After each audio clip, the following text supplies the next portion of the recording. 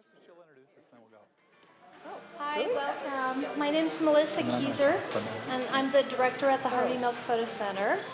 And I just wanted to welcome you to this space. I don't know if anybody of you have been here before. Tonight we're very proud to be hosting photographer Margot Hartford chat with Ron Beinner. Margot is going to share a slideshow with us, and after she and Ron talk, we will open it up to you and your questions. So without further ado, here they are.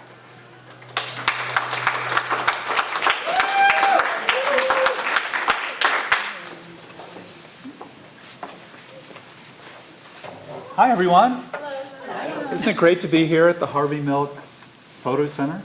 Yes. I think it's an awesome place. And Melissa, thank you very much for welcoming us here and for arranging for us to have a conversation tonight with Margot and talk about her work. Super excited. First, I'll tell you a little bit about myself. My name is Ron Beinner, and I'm a very long time photography producer. I spent 30 years working in the editorial world. I worked for a number of magazines and ultimately ended up at Vanity Fair for 21 years. And I was very fortunate to meet a lot of my heroes and work with them on the road around the world, put together environmental portraits that were used on the covers for features in the magazine, portfolios. It was a lot of fun. And I learned a lot about iconography along the way and about collaboration and working with writers and editors and dealing with publicists and that kind of thing. So I have a great respect for the making of photography and photography as a tool to tell stories, to document the world, and to create our own worlds too. And I'm excited to talk to Margot tonight about her work and the world that she has created here and her other work. So I'm honored to be able to introduce you. I'm gonna keep me honest here, Margot. I'm gonna tell a little bit about my understanding of your process and your work, and then turn it over to you. Okay, is that cool? All right. So there's so much to say here. I have to read it. I couldn't remember. So bear with me. So this work that you see here, it's called Women in Color. And beautiful, powerful images. And they're made by Margot. And in short, I've gotten to know Margot a little bit in preparation for this. And I'll say, learning about her process, I'll just say right off the bat, and I have a feeling some of you, I'm not saying I recognize you, but maybe you are participating in some of these pictures, maybe. So you already know this, but I'm just going to say it out loud because my impression is that Margot is a dynamo. Margot, she's dynamo. And she's been a lifestyle photographer in San Francisco for over 20 years. She's photographed people and interiors for websites and magazines and for personal portfolios. She's a lifestyle and commercial photographer that involves collaborations with hotels, fitness centers, and universities. Right? She's long been involved in art and do-it-yourself DIY design. In addition to photography, she produces mixed media collages that combine photography with paint and paper. Hear, hear. I know, I'm fascinated by that too. Want to hear more. Encaustic wax, which I understand is heated beeswax, sounds so cool, is another medium that Margot works with, and she teaches workshops and introduces participants to encaustic painting techniques. So that kind of blows my mind. I do want to learn about that. As an artist and photographer, she's a keen eye not only for design, but for color and composition, which we see here quite clearly. She has this way of combining this love of design with portraits, and there's finding these locations, making these portraits, casting her subjects, selecting wardrobe, and combining them all seamlessly. And together, I think they tell a story, and that's what we're going to talk about. I really want to know what's behind these beautiful images. And maybe they're just beautiful images, but I think maybe there's more to it. Because when I look at these pictures, I think of a motorhome and a prop stylist and a painter and a wardrobe stylist and hair and makeup. And I've been told that that's not the case at all. So that's where the dynamo business comes in, I think. So we're going to talk about that too. We're going to talk about process, motivation first, then the process, technique. And then, as Melissa said, we're going to have time for a Q&A from all of you. Okay? Mm-hmm. Did I miss anything? No, I'm sure that was I did. thorough. I'm sure I did. So take it away.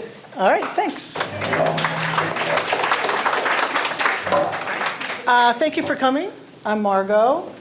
I know most of you, but if I don't know you, welcome, and thanks for supporting me. And I wanted to thank Ron for participating in this with me. It'll be pretty awesome. And also, Melissa Castro, she runs the center. If you don't know anything about the photo center, you should sort of take a deeper dive, because not only do they have classes and they have this really great exhibition space, but they have a really large dark room, and I've been told it has 40 enlargers.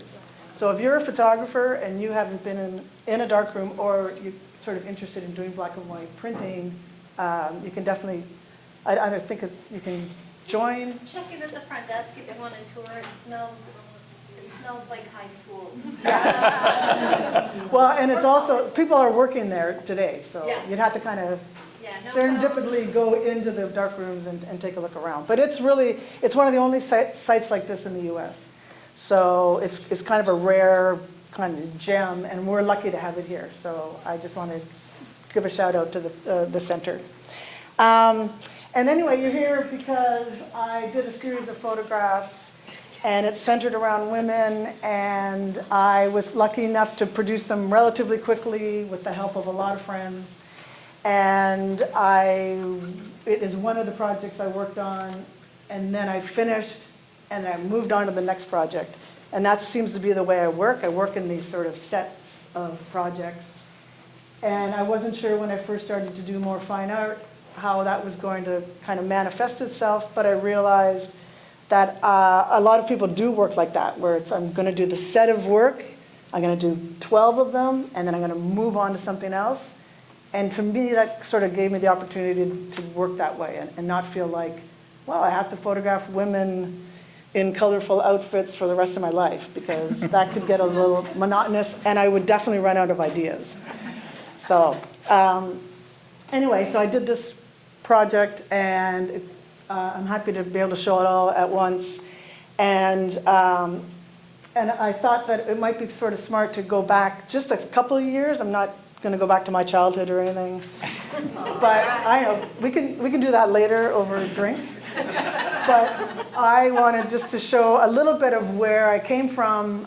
I don't know if it'll make sense or make this body of work seem any more logical, but I just thought it would be kind of interesting just to sort of see a couple of steps that I've taken to get here. So I was working, as Ron said, I did commercial photography full-time. That was my thing. I have a background in that. I assisted a guy for a long time, so I sort of did paid my dues, did all that stuff. And then I wanted to do a little bit more fine art. I thought I was going to do more painting and collage. I was getting a little tired of doing the retouching for clients. No offense to the clients, but it can be really time-consuming. And so I started to take a bunch of workshops, and I met some other great artists, and they encouraged me. Some of them are here today. And they encouraged me to get a studio in Sausalito. I'm still part of that studio space. It's fantastic. And through this series of workshops I took, the workshops are everything, right? Almost like printmaking, collage, abstract painting, you name it. And one of the instructors told me that he was going to go to Senegal. And he was taking a group of other artists to Senegal. And I thought, I will never go to Senegal on my own. It was never on my radar. I never thought I'd go. And this sounded like a good opportunity for me. I thought I would just go there and paint or, push some paper around. And we got there, and this was 2019, I think, not that long ago. And anyway, of course, it's Senegal, it's Africa, and there's no supplies, and it's impossible to get things, and we're in a little village, and I don't know, I brought a little pad of paper, and I didn't really know what I was going to do for 3 weeks there, or 4 weeks. So luckily I brought my camera, and I decided, I sat in the studio and I just cut these masks out. I had seen another photographer from the 1950s, is that what we decided? Yes. I think 50s, so. we looked her up. Yeah. She did these friends of hers, they were all partying, and they were wearing these paper masks that they handmade. And I had seen those, and I thought that they were fantastic. And so I wanted to do something like that. And if you go to the next slide, I found these girls. So part of the compound that we stayed on had a little bit of staff, wasn't fancy or anything. But one of the drivers, his daughter was visiting him. His daughter would come and kind of hang out some afternoons. And this was his daughter, and they just tell you that they're all cousins. I don't know if they really were, but they were great. And so they all know each other, they all hung around with each other. So I asked him if I could photograph the girls and use them for whatever, 15 minutes, go out into the village. And he said, no problem. And so that's how it all started. And you can see the girl in the orange. So if you show the next slide. So this is what happened. So I had these paper masks. I tried to do them in the shape of some sort of animal. That's what kind of sort of informed what the mask was going to look like. I think this is supposed to be a fox. So anyway, so I did a bunch of photos. I probably shot, I did it 3 different times. I went out. The kids don't speak French. They don't speak French until they get into grade school. So they speak their native languages, which is Wolof, W-O-L-O-F. I'd never heard of it. But, so I couldn't communicate with them until they got to a certain age. This group of kids, they could understand French. So at least I could kind of go left or right, but I couldn't, what they did when they stood against the wall, I just took the picture. So this became my first series as a fine art photographer. So, and I'll show you a few more from this series. So there's a little dog and a lion, and there's the same fox and a mouse. So great. Yeah. And so same things, the horse, the pig, and the mouse. So I just felt like it kind of came together super easily. The kids loved it. We would have the masks down on the ground, and then they would come and pick them up, and they would go stand at the wall, and then I would shoot them. And so anyway, it turned out to be kind of a fun project, and I ended up with about 45 that I really liked, that were unique enough. And that might be it. Is there one more? Yeah. So, yeah. This woman, this girl who's tall, she was older. She was probably 13.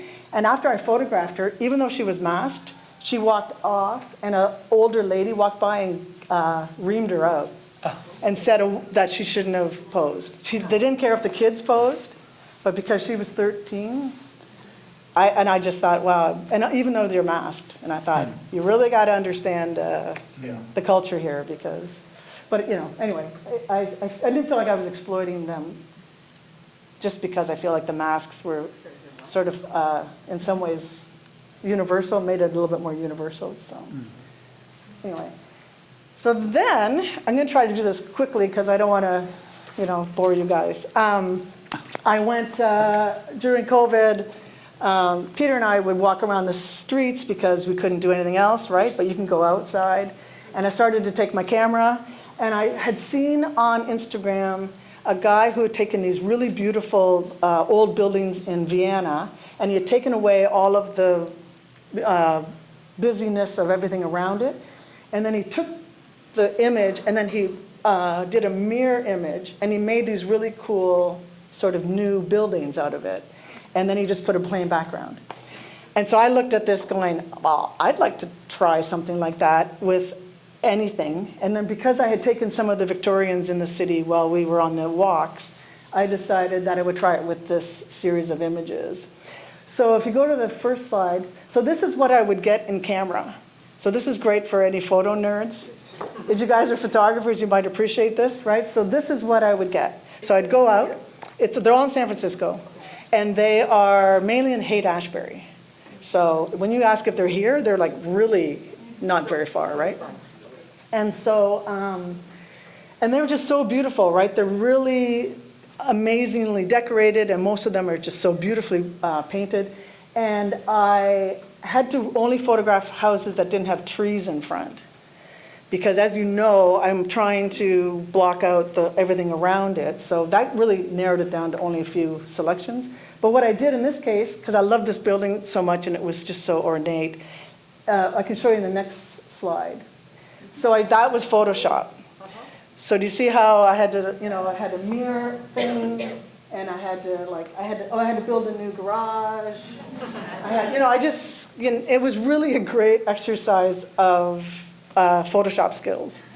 And then I took that, and then in the next one, I put a color in the back. And then that to me is the final product. So what I wanted is I wanted the building, I wanted it as kind of pristine as I could get it and clear, and then just put a background in. And the colors usually are in the building in some way. They're usually in some detail, and I used that color because otherwise I thought it would just be this kind of riot of colors, right? So, and I have a couple more to show you. So, and they're just amazingly beautiful buildings. And I've kind of liked this idea because it really makes that building stand out, right? So, one more. Yeah.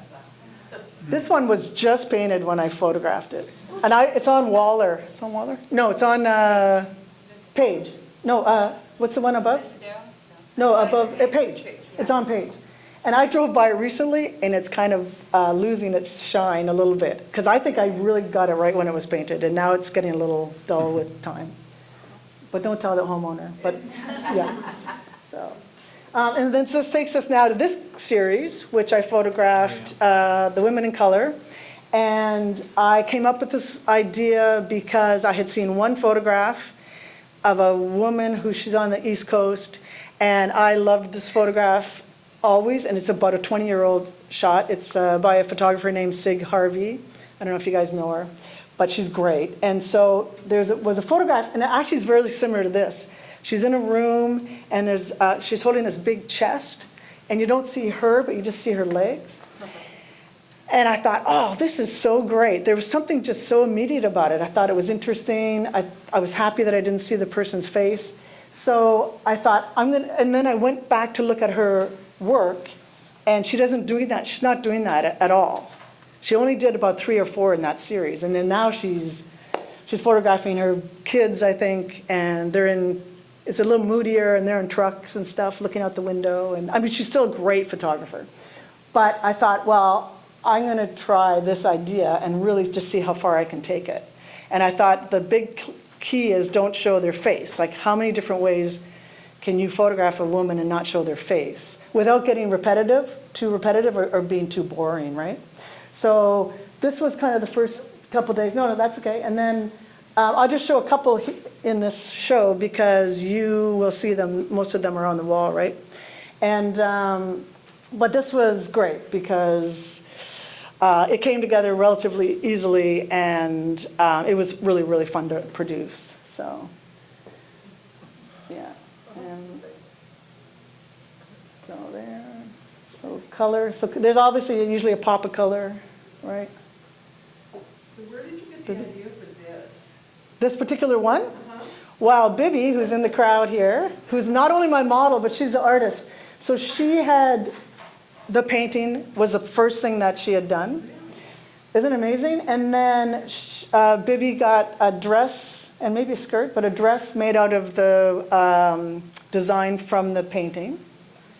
Isn't it amazing? And so then she had a couple dresses for sale, and she did a couple of these paintings. I don't think they're no longer available, but she actually had one in her studio by chance. And I said, you know what, before you sell that, let's get a photograph of you in the dress with that painting. So it was kind of a rare moment, and I just think she looks great. So thank you, Bibby. For the location, how did you find exactly the right kind of turquoise to match her? Oh yeah, well, so that turquoise I had to add because it was in her studio, and it was a little kind of a beigey white, because the studios are all banged up with paint.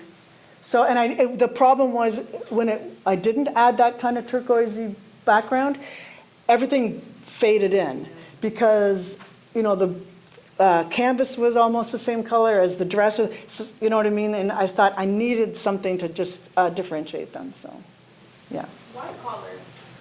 You know, when you shop, Oh, sorry. when you shop the work or when you were going through your concept, right?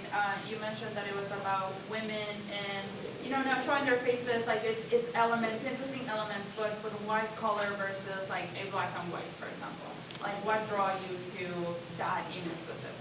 Oh, it's interesting because when I photographed those masks, you know, in Senegal, when I was shooting them, I was thinking black and white. So it wasn't until I looked at them that I thought it was much better in color because the outfits were so interesting, the colors and the design. So then when I went to this one, I thought beforehand, it's also going to be a color story. And that's why you're going to, like you see so many instances of only one or two colors. And I thought that's going to be part of the design. So it's a good question though, because we're lucky that we could do it black and white or color, right? Yeah, and are the colors or the patterns related to their personalities or, you know, who they are as people, like what they do? Like, I don't know. No, not the wardrobe, no. But I wanted to make the wardrobe plain. Well, this is not a good example of that because this is not a plain outfit. But if you look at them, a lot of the dresses and shirts, and they're just solid colors. So I thought it would be more every person, do you know what I mean? Like any time period, any person. So I wanted to keep them really plain. So good questions. All right, and then the color, so now we're moving along. The Color of Water is a series that I'm still working on. It got a little bit cold and wet for me to continue them right now. Well, yeah, and I decided to add a few of them into this show because otherwise it would have been a lot of small prints. And I thought, oh, we need a little bit of drama, right? So the ones, the 6 that are against the wall are from that series. And I call it The Color of Water, which I think they go really well together. But to me, there's a separate series. And The Color of Water is based on these bathing suits that I found, which look good on everybody. Honestly, tall, small, big, they're just really complimentary. So if you're looking for a good bathing suit. And I just love the vibrant colors. The colors aren't augmented in Photoshop, they're actually toned down because it's like fluorescent yellow, fluorescent pink, like they're really vibrating colors. So it's a little bit of a little bit of a change from the women in color, but I thought that it was not a bad thing to introduce. So I can show you a few others in this series. So this one I just shot about 2 weeks ago in Miami. And I'm probably telling too many of Ron's questions. Oh, no, we'll go, I'll keep asking. Go. Okay, I got the people on Craigslist. Like normally, because I live here, I can find people through people or ask people kind of in advance. But I went on Craigslist and I got 3 models and they were great. And so I was really surprised because I have never tried that here. But anyway, she was great. She was just like this gorgeous, tall, leggy, great model. So, yeah. And then this is back here in the Bay Area. So. Did you put that sky in, Margot? I did. I had to. Yeah. I didn't do it on all of them, but that one, it was really a dull. Oh, well, I'm getting too much into method. We could talk about later, but yeah, on that one, yes. I love how the bathing suit and hat are timeless. Yeah, that's what I was hoping for. 1930 or... Yeah. And I kind of felt that way a little bit with the women in color, too. I didn't want it to be too much of a time. So now, okay, I'm going to shoot men. I know, it's hard to believe. I've had so many people say, when are you going to shoot men? And it's not that I don't like men, it's just for the series that I've been working on, like the bathing suits, I kind of thought would be better for women. But I just honestly started, I did a test with my friend Eddie he brought his dog along, which is super sweet. So I only have two photos to show you, but I just wanted to show you what is next. So I'm going to finish the bathing suit series, the Color of Water, and I'm going into Men in Black. So I have this one and this one.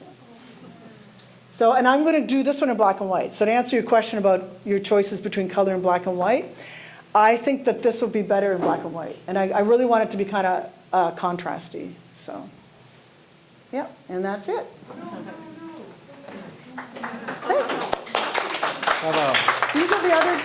These are the other two girls in Miami. Aren't they great? So I got lucky in Miami.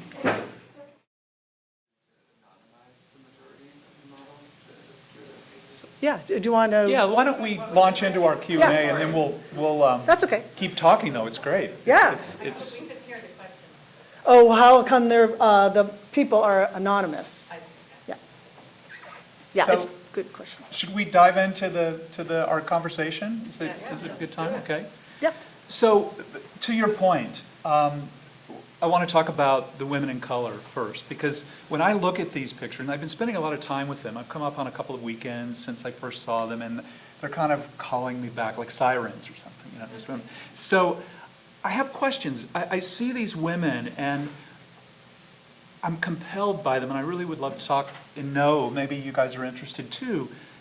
The great thing about these women like if I were one of them, I'm all on my own. There's no distractions. There's no men. There's no kids. There's no pets. There's no conflict, really. And really they make me happy. And your color palette, which I want to talk about a little later,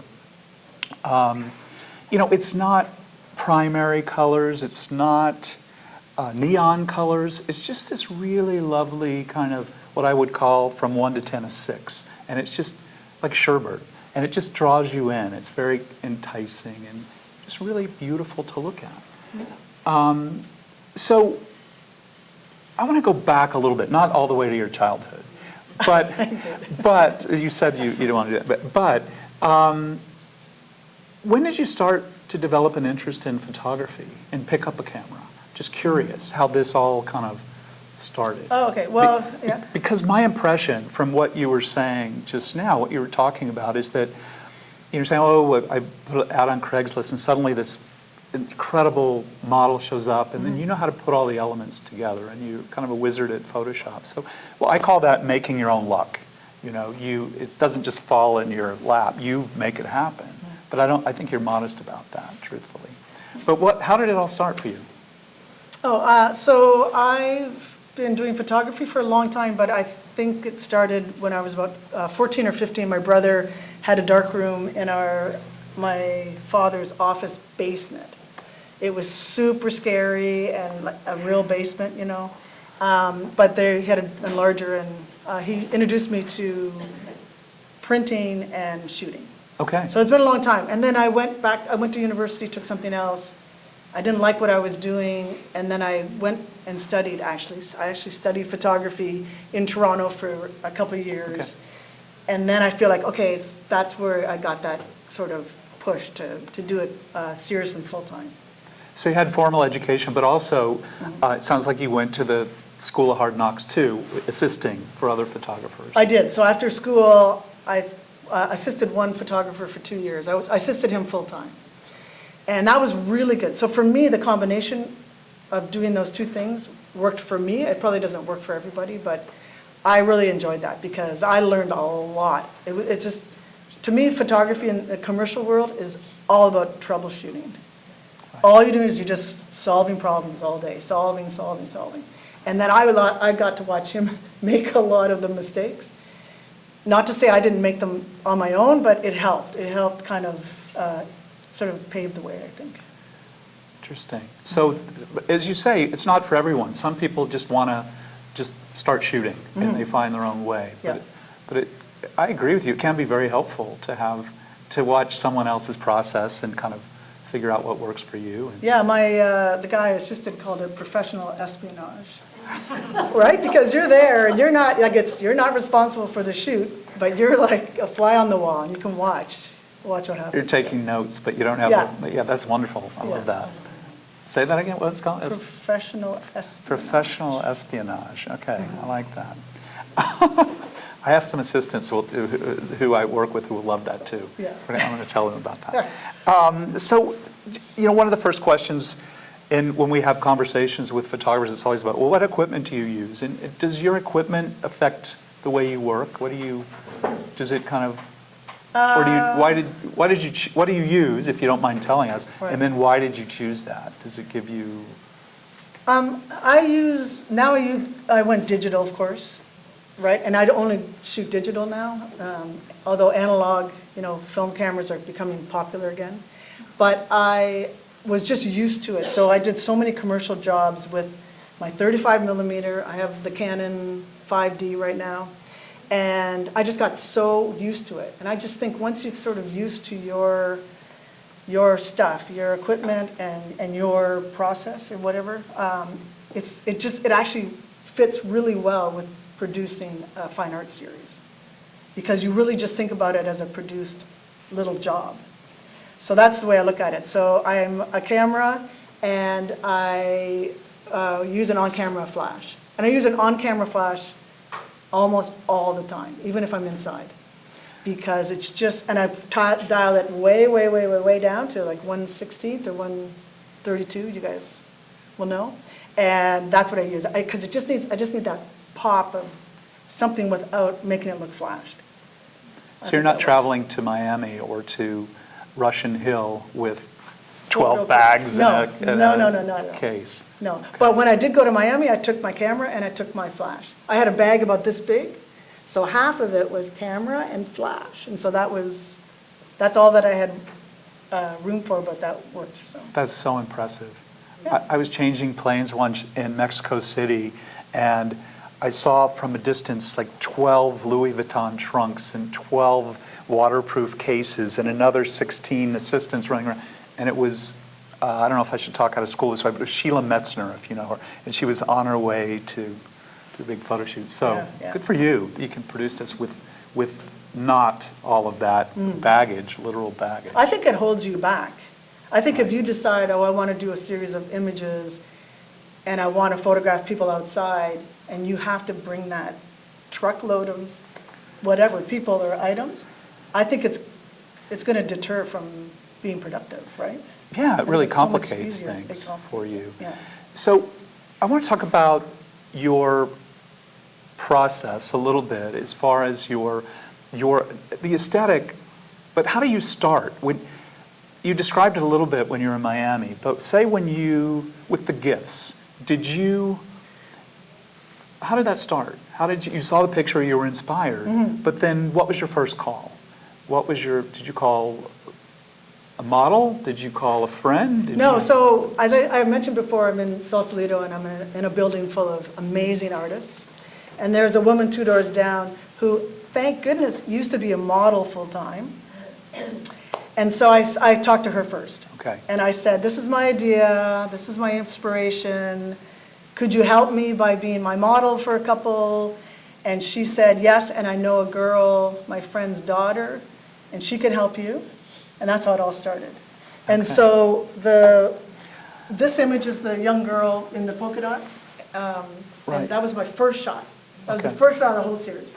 And then Catherine, who's not here today, who helped me, she's the model that helped me, she's right there in the blue sweater. Okay. And so, yeah. So for me, that was my start. And what I suggest to people who want to do a photo series, or maybe even any kind of art series, is just do a test. I mean, just the same way as I just did with the black and white, the men in suits.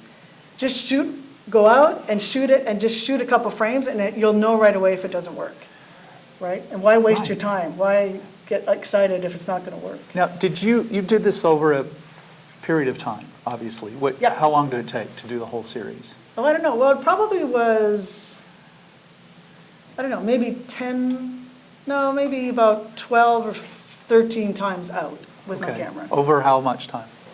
Maybe about half a year. Okay, so 6 months. So when you're out and about, when you're going up and over the hill, are you thinking, oh, that's a great, like what inspires you to come up with one of these ideas? How did that evolve? Well, so the first thing I did, especially to begin with, was I found the prop. So there's a prop house. It's in Brisbane. It's still operating, amazingly enough. But it's in this really rickety warehouse. It's super spooky, and it's really a shadow of its former self. It used to be this really big, amazing prop house. And so now I went in and I looked at the props that were available there, and I picked a half dozen things. I picked the tricycle, the megaphone, the suitcase, and I think one more thing. And that's how I started. So I thought I'm gonna do a prop, and that all came from that Sig Harvey photograph because she had that trunk, right? And so I was thinking, okay, I'm just gonna start with a prop. And that's how it evolved. And did you, in your mind, over time, did you pass a wall somehow or something? It's like, oh, I love those colors. Well, this is a good example, right? Yeah, yeah. Yeah, so that's at the end Judah or whatever, the Judah line, really close to the ocean. And I've gone by there before. I just think it's the coolest building in the city practically. And so I kept that in my memory. Okay. But a lot of them I photographed while I was there. I saw things while I was there, Okay. if that makes any sense. So we would go somewhere and then I'd sort of find a location. So half of them were probably scouted in advance and half of them were not. And then the props were, you had props in mind and you Yeah. had. So here's the question that has been rattling around in my head for a few weeks now. And when I see these pictures, again, I see this certain serenity and I see the women kind of at peace doing their thing. It's almost meditative. And I'm asking myself, wait a minute. It's beautiful. It's a beautiful picture, but the woman with the gifts, there's part of me that says, there's a woman there. You don't really see her face, but she's a woman and she's got gifts. And what that says to me is, I'm this woman and I'm just giving and giving and giving some more. So is there a subtext here? And I see Eve with the apple. Oh, right. And then we see the megaphone. So you're giving a voice to a woman. And my favorite that really haunts me, and maybe I should talk to my shrink about this, but there's a woman, I think she's back here with, she's walking up a trail, looks like at the Presidio or somewhere. Yeah, and she's got this Samsonite 1955, 1958 suitcase, the same one that my mom left Georgia on the midnight train with, in 1958. So that haunts me too. I'm like, well, is this women taking power, or is just this a pretty picture with a vintage suitcase that's kind of... She's walking into her life. Okay, Yeah, it's powerful. So they're not just pretty pictures, they have a lot of resonance, and they are powerful. well, that's actually a nice thing about photographer versus viewer, because the viewer can put their story in it. And they can either make up a story or they can kind of add to your story, that's part of it. And that's part of the anonymity and whatever, anonymous. Right. Yeah, anonymity. That helps, I think, the viewer put in their own story, right? You see a suitcase from your past, Yeah, and, yeah. I think that makes them really powerful. And then I'm not the best director. I know what I want. And when that girl was walking up the hill, she's kind of shy, she's super cute, high school student. And I said, just put your hand on your hat and just think to yourself, I'm out of here, right? And I just feel like that's the way, and I said, just swing the bag and just feel like, and so that kind of energy, I think, comes across in that body language and her holding the hat and stuff, so. That's great direction, what do you mean? Yeah, right. It didn't take long, so she was good. So so you have empowered these women by making a beautiful picture with them engaged in something. And so I love that, so people can read into what they want. Because Right. I know I'm a big fan of Laurie Simon's work. And another picture, you might know, she happens to be prolific fine artist out of New York City, and her daughter was Lena Dunham, who was in the show Girls and kind of wrote that. And Laurie had this pictures, there's a woman with legs and a giant kind of view camera. and weapons and all kinds of objects that were very large, impressive pictures, and they remind me very much of what you're doing here. And it was all about how the media portrays women, kind of the objectification of it. And I find that fascinating, and I see that here amongst the beauty and amongst these perfect colors. And so I really love that about these pictures, because I think they just the more I come back, the more I see. Yeah, so if I saw a photo or a illustration and I came up with an idea that I could replicate in a photograph, that's how some of these ideas came. Yeah.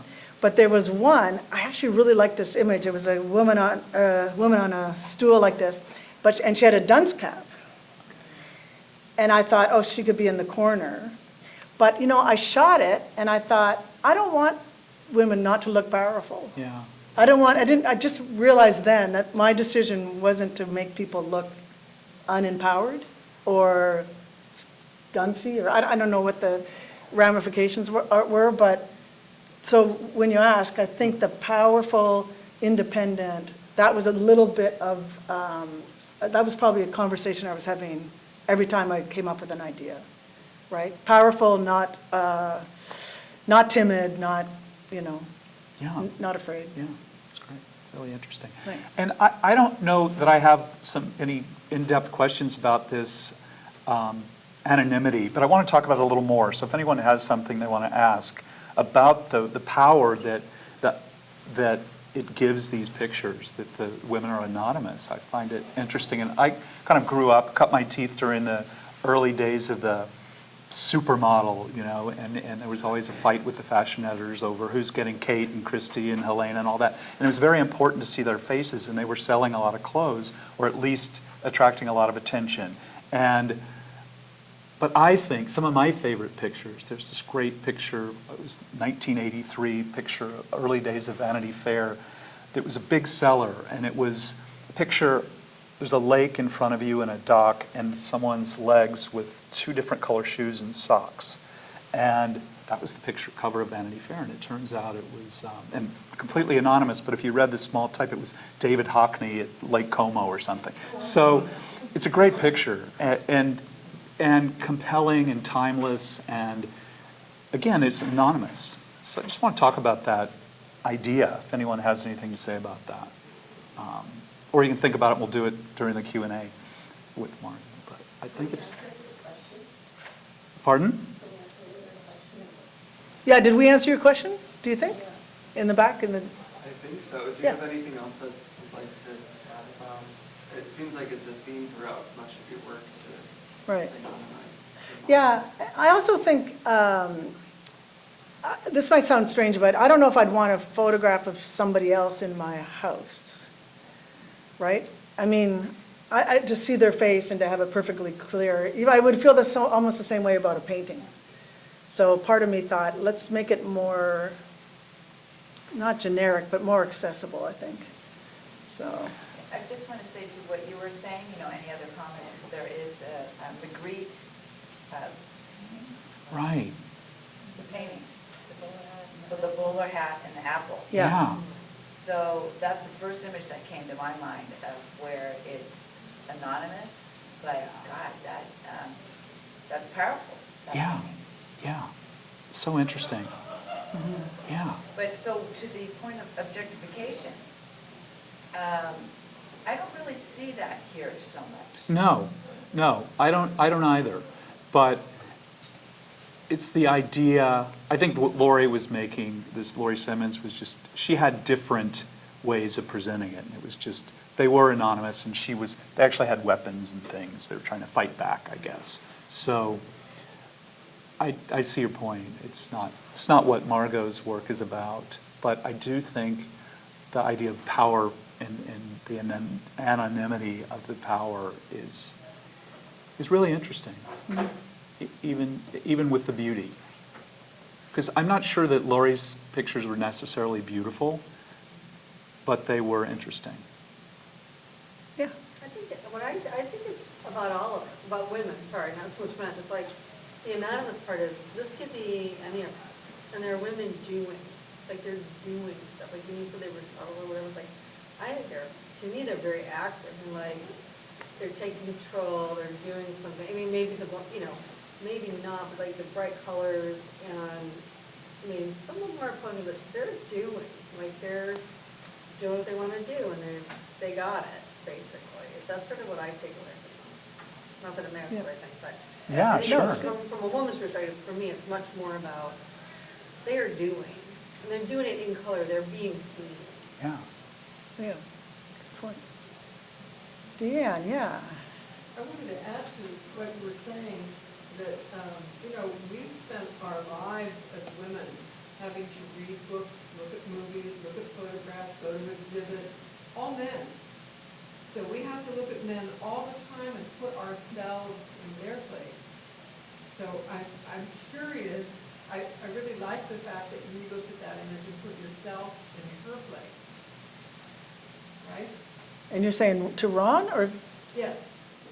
Yeah, I'm thinking what's going through her head. What's she going through? What's So I'm wondering if some of the men in the room have that same experience that we have as women of, looking at an image of a woman and putting themselves in her place.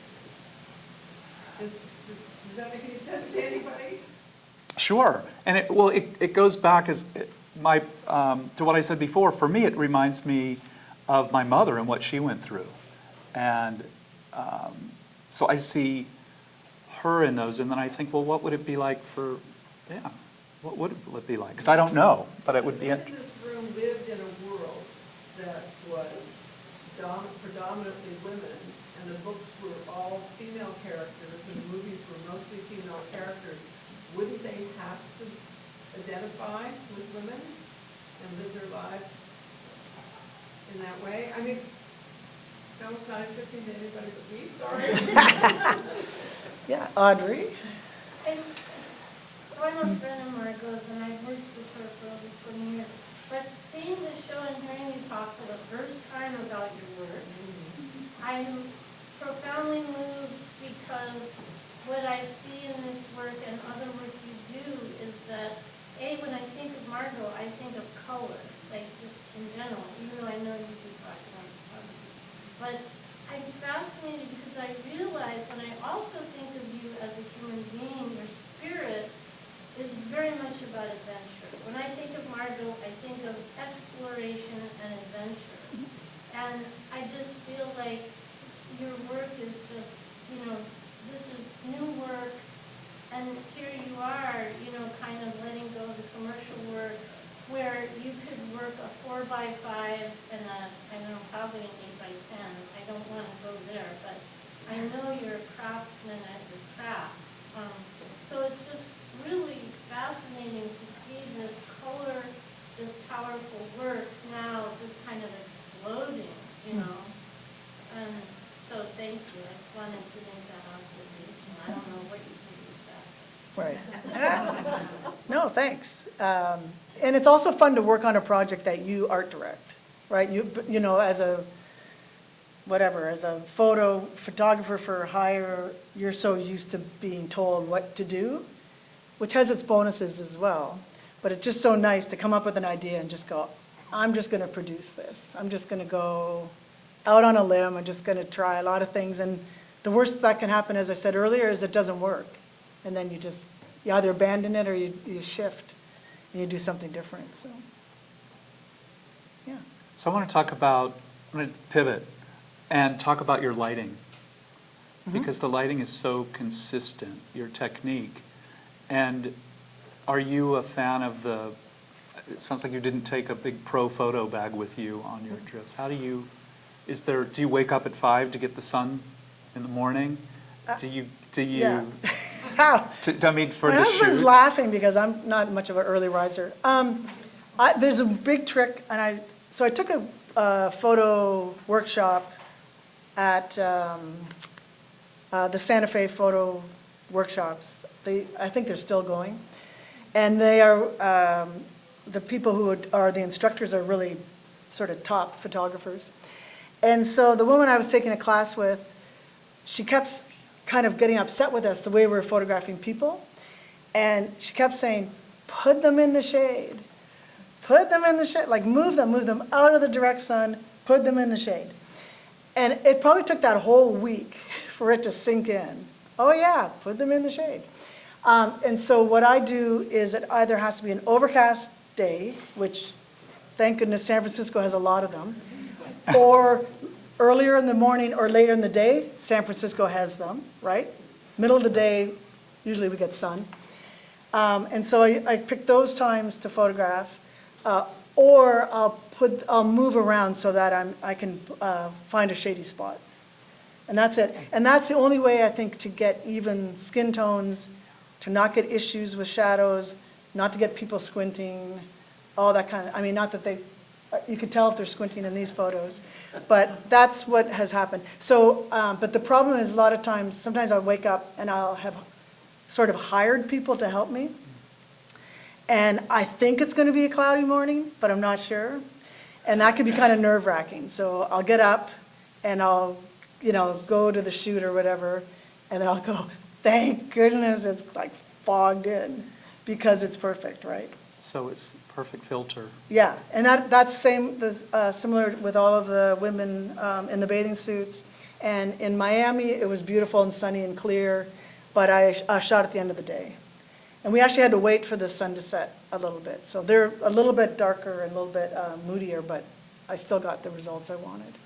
So that plus that little flash that I always put on for every shot. Little pop. I think that's the Yeah, combination. Yeah, it's brilliant. It's so consistent and beautiful. Right, and it's not that difficult, right?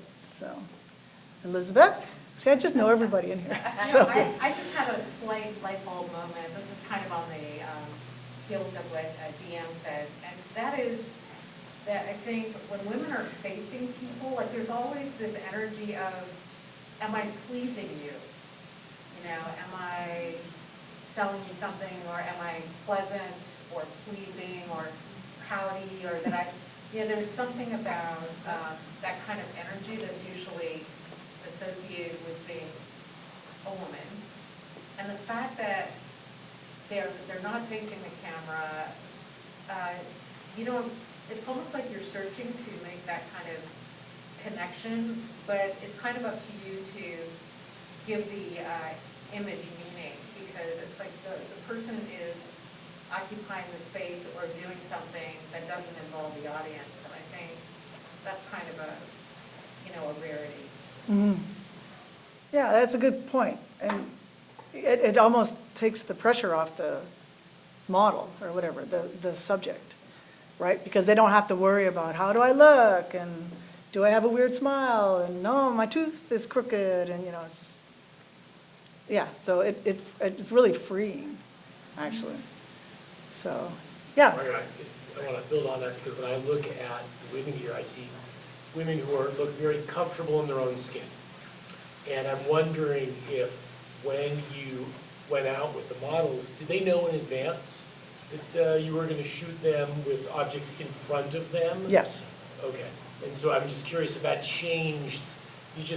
Every one of these, just self-confident, powerful, at ease, every one of these is absolutely you in that way. And so I'm curious, how that changed your relationship with the model when they knew that they could avoid what the last question I was talking about, that worried about shooting their face. Right. Well, and I hate to say this because in some ways it's a negative statement about women, but a lot of people were relieved if I said, can you pose for me and I'm not going to show your face. So and part of me thinks that's sort of sad that most women would go, oh yeah, sign me up. But I kind of share that sentiment, and I think it's just what Elizabeth was saying about you don't have to worry about everything else. And I really was looking at a lot of these images, and I think as well, most of my color images as little sort of graphic pieces, and the subject is almost like a graphic element, right? And so I took that into consideration too, the way I had them stand and what I had them do. And so I don't know. I think it does take the pressure off of both the photographer and the subject. So, yeah. I think that the anonymity also lends itself to the image being more graphic. But my question was about process. How has Photoshop changed your approach to curating the initial shot, knowing that you can go back to your computer and make changes, put a different sky, or do those kind of things? Has Yeah, it and changed that, your process? did you hear the question about the process? I think that that also frees me up. So I have a lot of little elements in place that make it, give me a lot of freedom. And you can see that is really helpful because I was able to pull the, the projects together quickly. I was able to get people to help me, and I was able to produce it pretty quickly. But you're right, if I went out and I asked somebody to bring their own clothes, which happened quite often, and I didn't like their shoe color, right, because it wasn't gonna go with my color choice, I could change that in Photoshop. So, and I tried not to do too much, but I had to do a little bit of tweaking. So, and I mean, the big example is the Victorian houses where that was just crazy Photoshop. Like that was really just an, exercise in, Photoshop skills. But with this group, I really tried to keep it to a minimum. And some of them are not Photoshopped at all, maybe just brightened up, or maybe the shadows are lifted up. But some of them I had to. So, this woman, the apple was green. True story, apple's green. So I just didn't think that that was going to give me the story I wanted, right? So a little bit, here and there, not too much. Oh, there was graffiti on the fire hydrant. And I didn't want the graffiti. I thought that that would take away from the image. So, little bits here and there. But it does. It makes it a lot easier because it doesn't straddle you as much. So, yeah. Yeah. What was your thinking about the order of the sequence in the gallery? I didn't do it in any particular order, and what Melissa and John helped me with is they just helped put it together. And I think it was more based on aesthetics, like what kind of looks good together, don't want to repeat too many colors, so it was really, it's kind of randomly placed, to answer your question. Yeah? As you look, towards your future projects, I know you're finishing this one, so in the color of water, you have included like more diversity, like different skin colors. Yeah. In this collection here, not so much, right? It's the color comes through more in the fabrics and in the environment versus in the people. It's more fair skin forward than anything else. So are you tell us a bit about that process and how you select your talent. Obviously you work with a lot of friends, but is that something that you keep in mind? If you're not showing, the faces which bring to life, the identity of women of the United States and around the world, when you're covering them, then you look for diversity in at least skin color or in, sizes, of those Right. women, Mm-hmm. To really represent the different, like the fabric, I guess, of the country, of the world, and, Right. and really what women are today, which are not just fair-skinned. Right. Well, so it's an interesting thing about, if we could just concentrate on skin color, I have a lot of ethnic mix in here, and you would never know it. And I actually think that that's kind of a cool thing about it, right? I have African-American women, I have Indian, Philippine, and so I actually think that that's kind of a cool thing because I think that we are under the impression that if you are from a certain ethnicity, you're just one color. But that's just not the case. There's darker people who are Caucasian and there's lighter people who are African American, and I actually love that about this series, right? In the bathing suits, it's a little harder to hide because I think there's just more skin showing. And then another thing, I think it could have been even more diverse, but as I'm saying, in a lot of ways you don't know. And then the other thing I really love about this particular series, there are women from 17 years of age to 75. And actually, I'm kind of happy with that too, because I didn't I don't know. I know people of all those ages, so that was kind of nice. Yeah, but I understand the need for that, I just think it's much more interesting if we can kind of mix it up, so. So we can continue with the questions, the really compelling, Yeah. obviously, in 5 minutes. Yeah, perfect. But I do have two things that I want to ask you. And one of them, I want to talk about your next project, the black and white of the men, because you're working on that. And so what's your process going to be for that? Is it going to be the similar thing are you going to cast? Or I want to apply to be one of your subjects, but if you'll have me. But locations, will you start that same process and you'll maybe go find a Magritte prop kind of bowler hat or something? Yeah. So I've been thinking about it. On the way here, we actually drove by a park.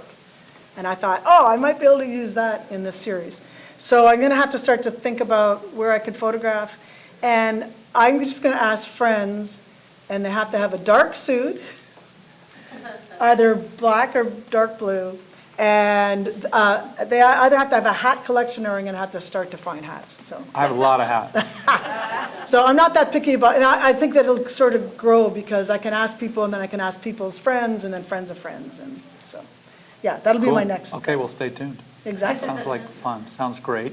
I also wanted to ask about, the marketplace, about thriving in this business, which means, you made this beautiful work. I think it's nice for someone to collect it and have it in. Do you have a forum, a platform where you sell your work?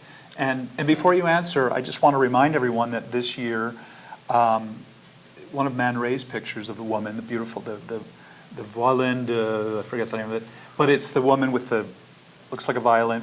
It sold for $12,400,000 at Christie's. So there's a market for photography. Yeah, well, I wouldn't mind that. But. Yeah. So let's get that going. Let's call Christie's. In fact, the guy that runs that program, one of the gentlemen that runs that program is from the Frankel Gallery here in town. And so, anyway, so where do you, if we wanted to... So I don't have a print sale portion on my website, but I will. But also the building that I'm a part of, the ICB, the buildings in Sausalito, this is a little plug. There's over 100 artists. They're all amazing. And we're open 4 times a year. And that actually does generate a lot of interest in sales and conversation. The other thing that most of my friends that are artists, we go out, we try to exhibit as much as we can. We apply for calls, call to photography, and we try to enter as many sort of shows and exhibitions as we can. So. Great. Do you have a mailing list or something we can Yeah, go so on? the mailing list is on the little table over there, and it looks like people have signed up already. Okay. And then do we have time for one more question, or was there anybody else that wanted to ask anything, or you? I just want to make a comment. Those of us who live in the Bay Area will recognize a lot of your locations. Yeah. But the thing that interested me is that even when I know the location, they still feel universal. Oh, okay. The Yeah. pictures, they don't depend on knowing that that's the Precipitous Steps or. Oh, yeah, right, yeah. All right, yeah, thank you. Or the stop. Right. That's still a universal image without knowing exactly where it's located by Java Beach Cafe. Right, all right, yeah, well, thank you. That's good to know. Maybe it makes it a little more universal, right? Yeah. Yeah? Well, 2 things. All the prints are for sale. Hey, Audrey. Well, that was a promise. And they're very well priced also. But my question is about surrealism, because also, of course, again, I see your images all the time, but I know you also do collage with multimedia, with photography, as well as most of your latest series in the last 5 years, 6 years. It seems like there's a lot of surrealism, and thanks to the person that mentioned Magritte, it's really knocking me over the head now. So let's talk about you and surrealism. Yeah, well, yeah, that might be a little bit of a draw to collage, is because you can put things that don't normally go together. But what I also am doing lately is I'm taking the women in the bathing suit, those images, I'm converting them to black and white, and I'm starting to do transfers. So I'm going to do transfers on panel or paper, and I'm going to add collage. And I just started that, and I'd like to sort of see where that goes, because it will be using my own images, my own photography in a different way, and I'm kind of excited to see how that, how that'll look if I can pull it off. So, good. All right. Well, thank you guys. Thanks for coming. Thank you.